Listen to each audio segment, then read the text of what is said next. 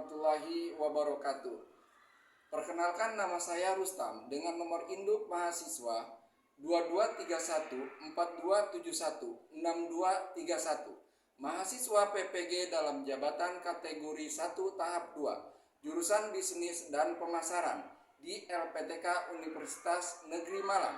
Hari ini, Rabu 14 Juli 2023, saya melaksanakan praktik mengajar dalam rangka penilaian uji kinerja di SMK Negeri 61 Jakarta pada mata pelajaran Produk Kreatif dan Kewirausahaan kelas 11. Terima kasih. Assalamualaikum warahmatullahi wabarakatuh. Waalaikumsalam warahmatullahi wabarakatuh. Selamat pagi anak-anak.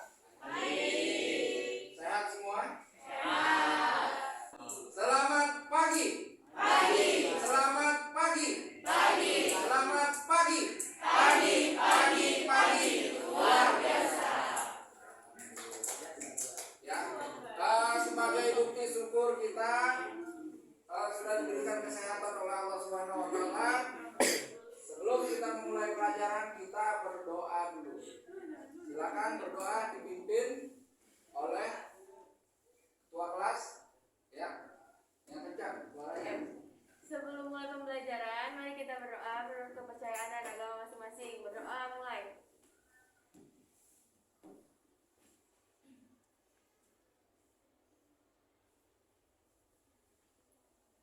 Selesai. Memberi salam. Assalamualaikum warahmatullahi wabarakatuh. Waalaikumsalam warahmatullahi wabarakatuh. Hari ini siapa yang nggak masuk? Masuk semua ya? Oke. Karena masuk semua dianggap sudah di absen. Kita lanjutkan dengan pelajaran kita hari ini. Sebelum pelajaran hari ini dimulai, kita mengingat kembali pelajaran minggu lalu. Siapa yang mengingat pelajaran minggu lalu? Bimo, silakan baca yang kencang. 1. Ada 5 dimensi pengembangan produk, yaitu kualitas produk, biaya produksi, waktu pengembangan produk, biaya pengembangan produksi, dan kapabilitas produk. 2. Karakteristik proses pemeriksaan dan lain. Karakteristik berdasarkan proses, karakteristik berdasarkan sifat, dan karakteristik berdasarkan waktu. Pelajaran hari ini adalah masih menentukan indikator keberhasilan tahapan produksi massal. Tujuan pembelajarannya adalah melalui kegiatan pembelajaran dengan menggunakan model PBL, Program Based Learning, peserta didik diharapkan mampu menganalisis tahapan produksi massal dengan benar. Yang kedua, peserta didik mampu merinci proses peserta didik produksi dengan beruntun. Yang ketiga, peserta didik mampu membuat tahapan perencanaan produksi massal dengan benar. Ya.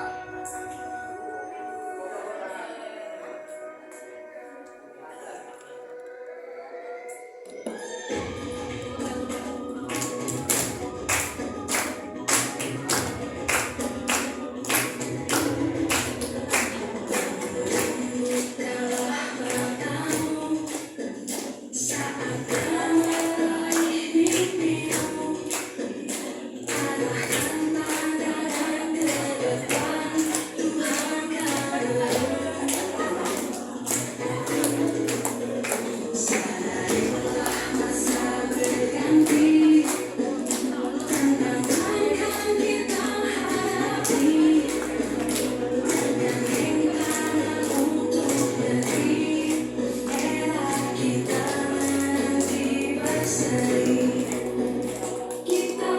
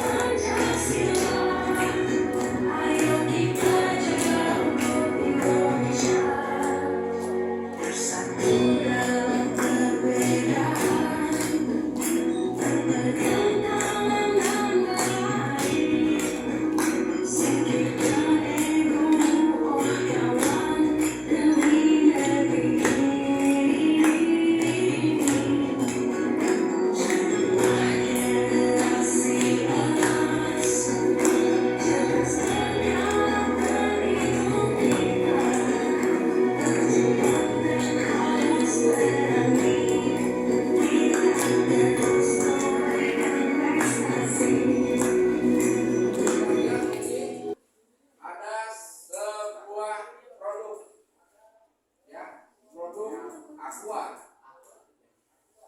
Ya, coba kira-kira langkah-langkah apa aja sih sebelum memproduksi aqua ini? Yang paling penting sebutin satu aja. Pencarian mata air. Lihat tayangan video dari produksi air aqua. Bagaimana sih sistem produksinya? Langkah-langkahnya apa aja? Kita lihat.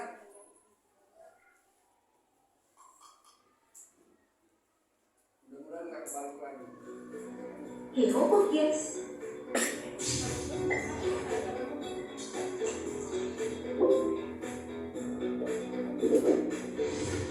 Dengan 60 hingga 70% tubuhnya adalah cairan, manusia memang menjadi makhluk hidup yang sangat bergantung pada air bersih. Makanya, sebagai salah satu faktor penunjang kehidupan air bersih itu juga udah dijadiin dalam berbagai bentuk bisnis. Ya, salah satunya adalah air kemasan seperti Aqua yang merupakan salah satu air kemasan paling terkenal di Indonesia. Tidak main-main, brand yang sudah ada sejak tahun 1973 ini setidaknya memiliki keuntungan 80 miliar per bulan atau 960 miliar rupiah dalam setahun. Wah, jadi wajar aja ya kalau makin kesini makin banyak tuh orang-orang yang mencoba melakukan bisnis air kemasan. Nah, berbicara tentang air kemasan, hari ini mari bersama kita telusuri bagaimana sih perusahaan air kemasan bekerja. Dalam video proses kali ini, proses produksi air mineral dalam kemasan. Sebelum melihat segala proses di dalam pabrik air kemasan, pertama-tama mari kita menuju hal yang paling utama dalam bisnis air kemasan, yaitu pencarian mata air. Ya bahkan mungkin aja salah satu dari botol ini pernah ada di tangan kamu. Nah, karena menyadari butuh sangat banyak plastik dan sumber air, kamu harus pintar-pintar mengkonsumsi air dalam kemasan juga ya. Jangan sampai bumi kita penuh dengan sampah plastik. Bahwa tumbler itu jauh lebih baik kok guys. Oke.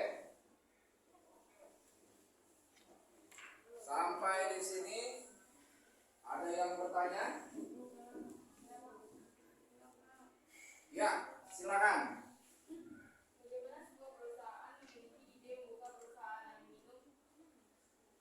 Bagaimana sebuah perusahaan memiliki ide membuat air minum?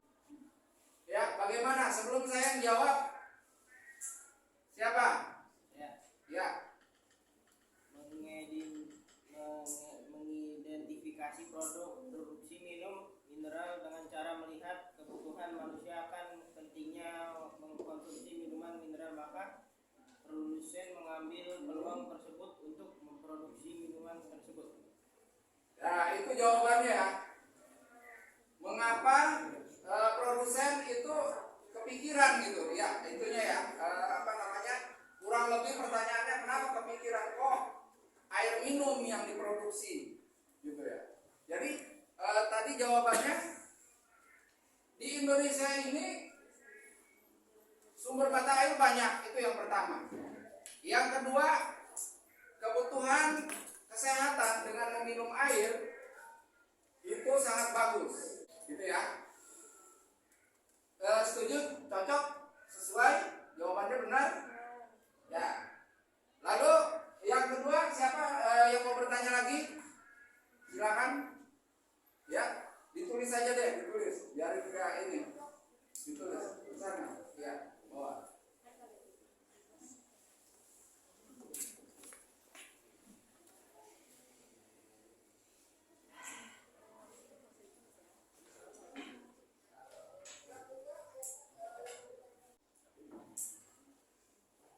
Ada teman kamu bertanya, dalam teori produksi massal, mata air termasuk ke dalam unsur apa? Nah, jadi dalam teorinya itu termasuk ke dalam unsur apa dia? Silakan. Ada yang mau jawab? Ya, silakan.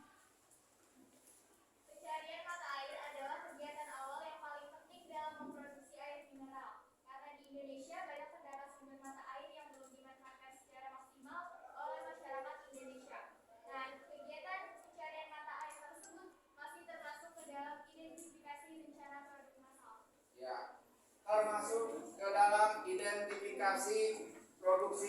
massal di dalam teori itu. Jadi memang pencarian mata air itu adalah yang penting di sini, yang paling penting ya dalam produksi air mineral itu. Ya, siapa lagi? Ada yang mau ditanyakan lagi? Ya, silakan maju ke depan.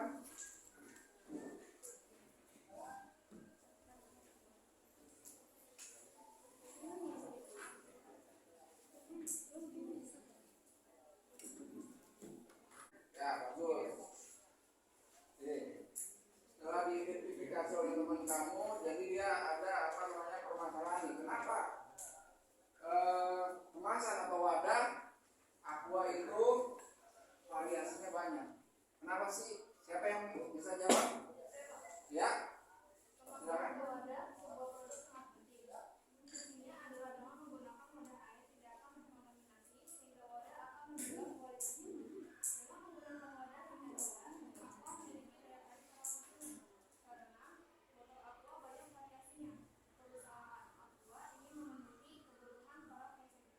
Ya, fungsi wadah itu kan banyak ya.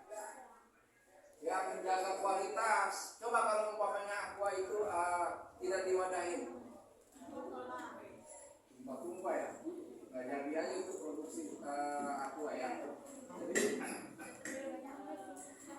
itu yang pertama adalah menjaga kualitas. Yang kedua, kenapa bervariasi? Perusahaan ingin mencari perhatian konsumennya, ya, dengan botol-botol yang bervariasi, konsumen itu pasti lihat, oh menarik atau tidak. Ya. Yang terakhir,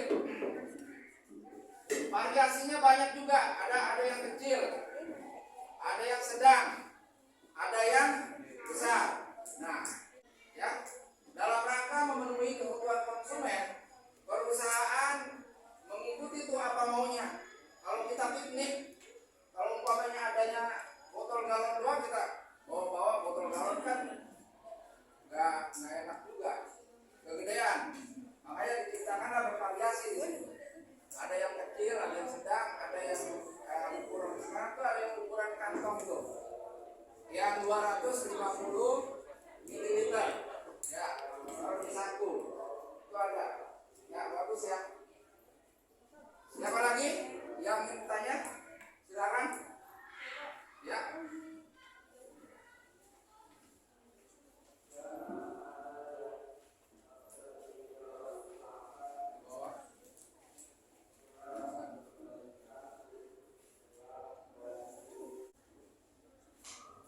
Oke.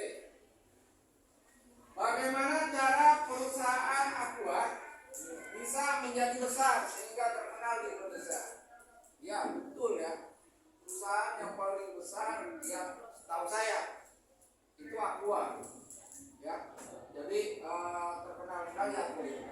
Siapa yang bisa jawab? Silakan. Ya.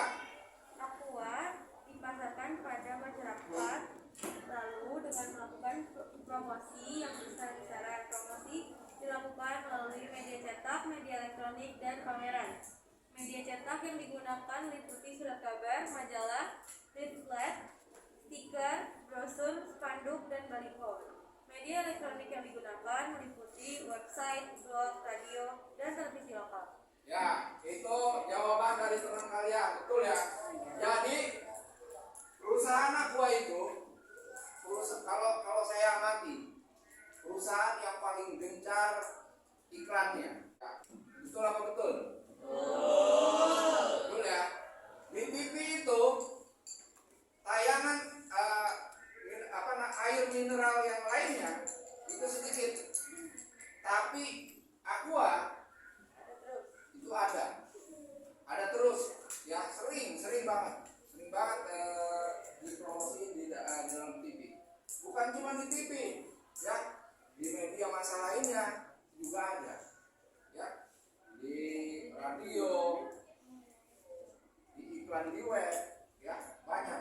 Nah, memang tujuan akhir daripada produksi itu kepada apa? Kepada pemasaran. Kalau produksinya bagus, pemasarannya tidak bagus pun, ya percuma. kedua-duanya itu saling berkesinambungan antara produksi dengan pemasaran. Ya.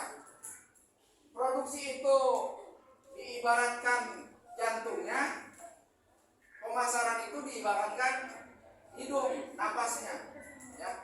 Jadi kalau umpamanya hidung tanpa jantung, jantung tanpa hidung, ya, paru-paru maksudnya ya, paru-paru nggak nyambung sama jantung.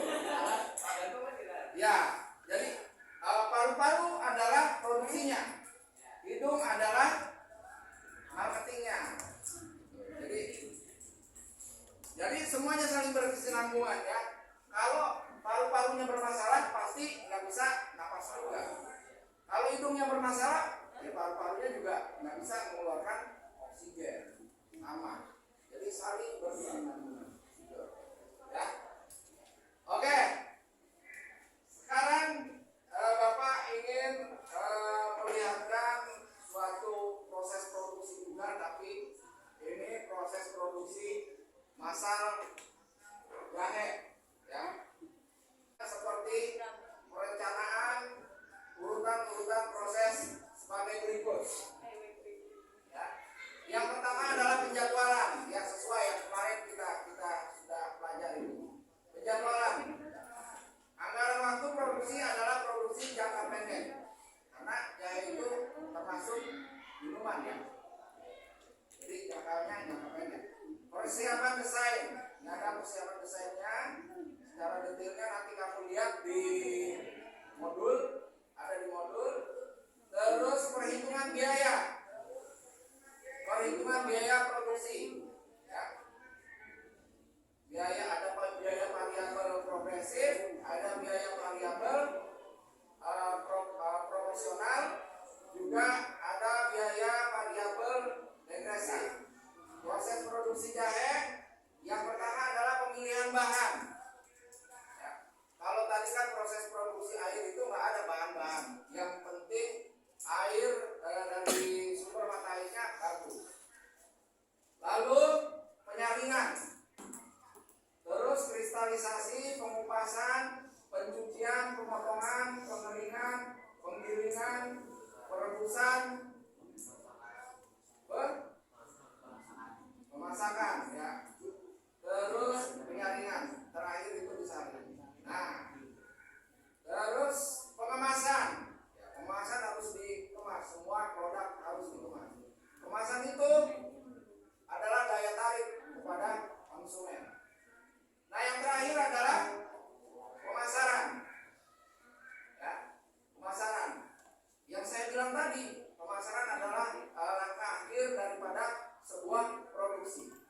Sekarang kita mengerjakan LKPD. Ya. LKPD-nya sudah saya bagikan. Sebelumnya saya mau tanya, semuanya udah dibentuk kelompoknya? Udah. Ya. Oke, kerjakan LKPD. Silakan.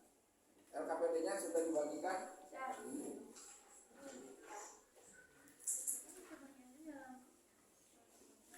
Waktunya 25 menit dari sekarang.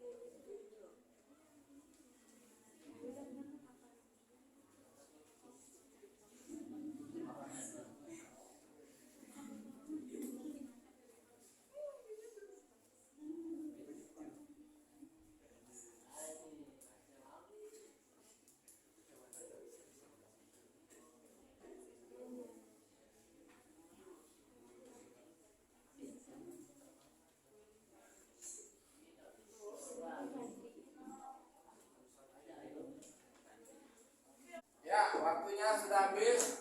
Silakan dipresentasikan. Ya, sudah selesai waktunya. Silakan presentasikan hasil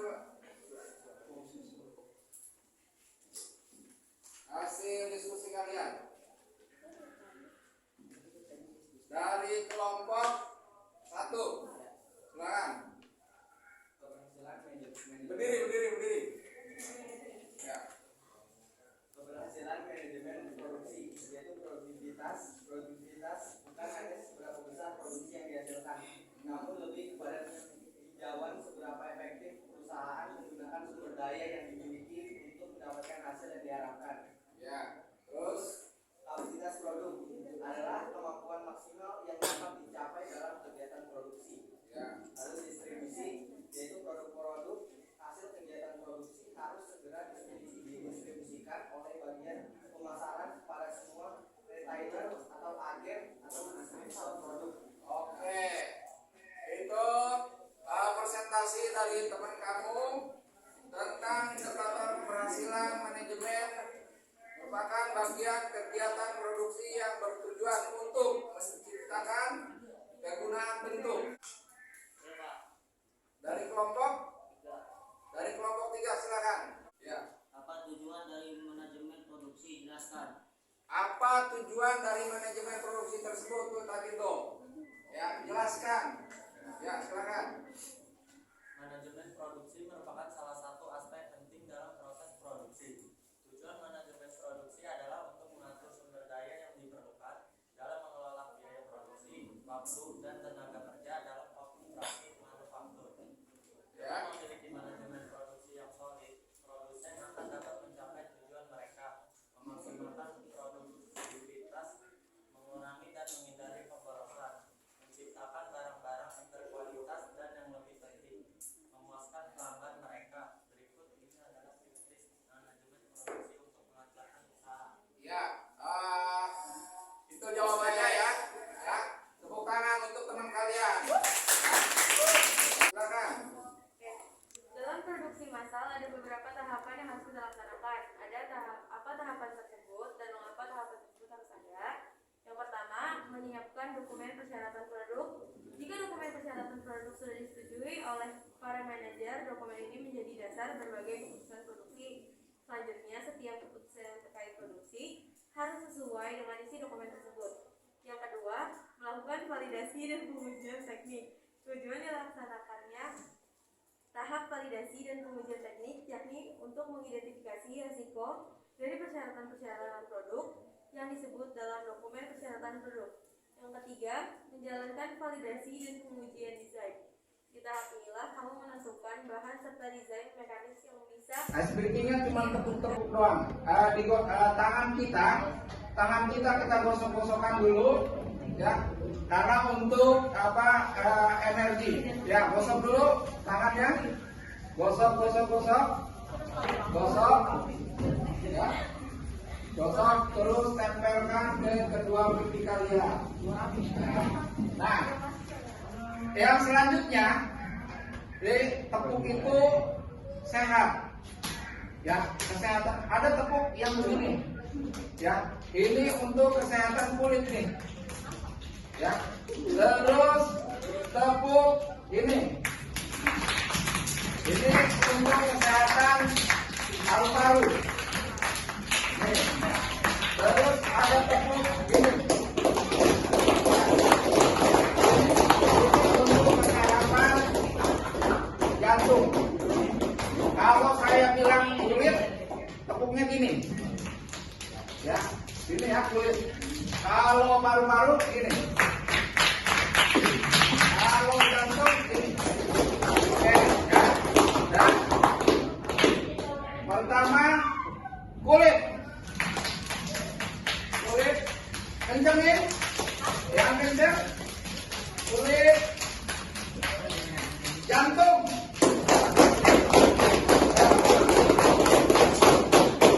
Lalu paru-paru.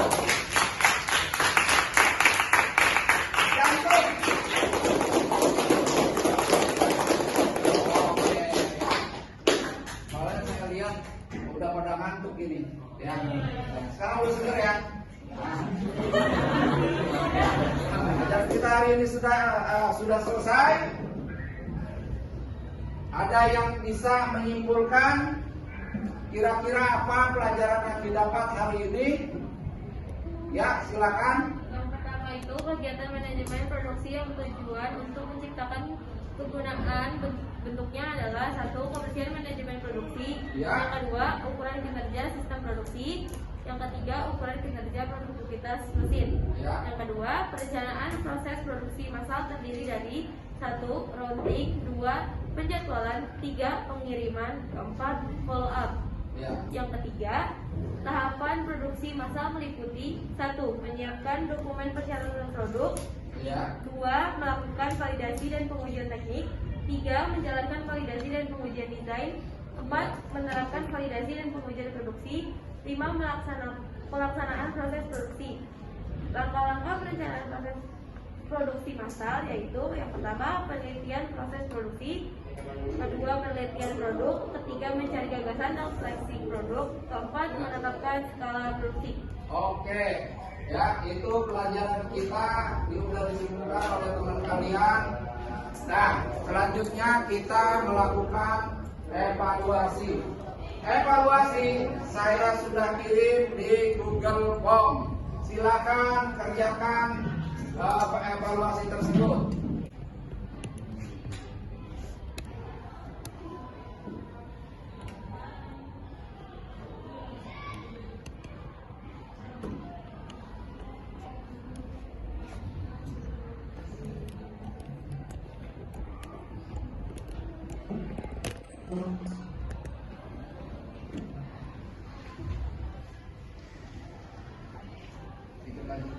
Ya, udah selesai? Sudah ya? Oke, evaluasi sudah kita lakukan. Pelajaran hari ini sudah selesai. Ya, gimana? Senang? Hari ini belajar? Senang, ya.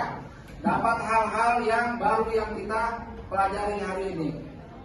Silakan untuk menutup kegiatan hari ini kita berdoa. Silakan berdoa.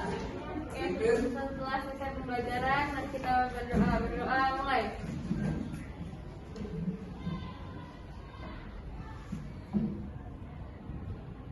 Selesai. Memberi salam.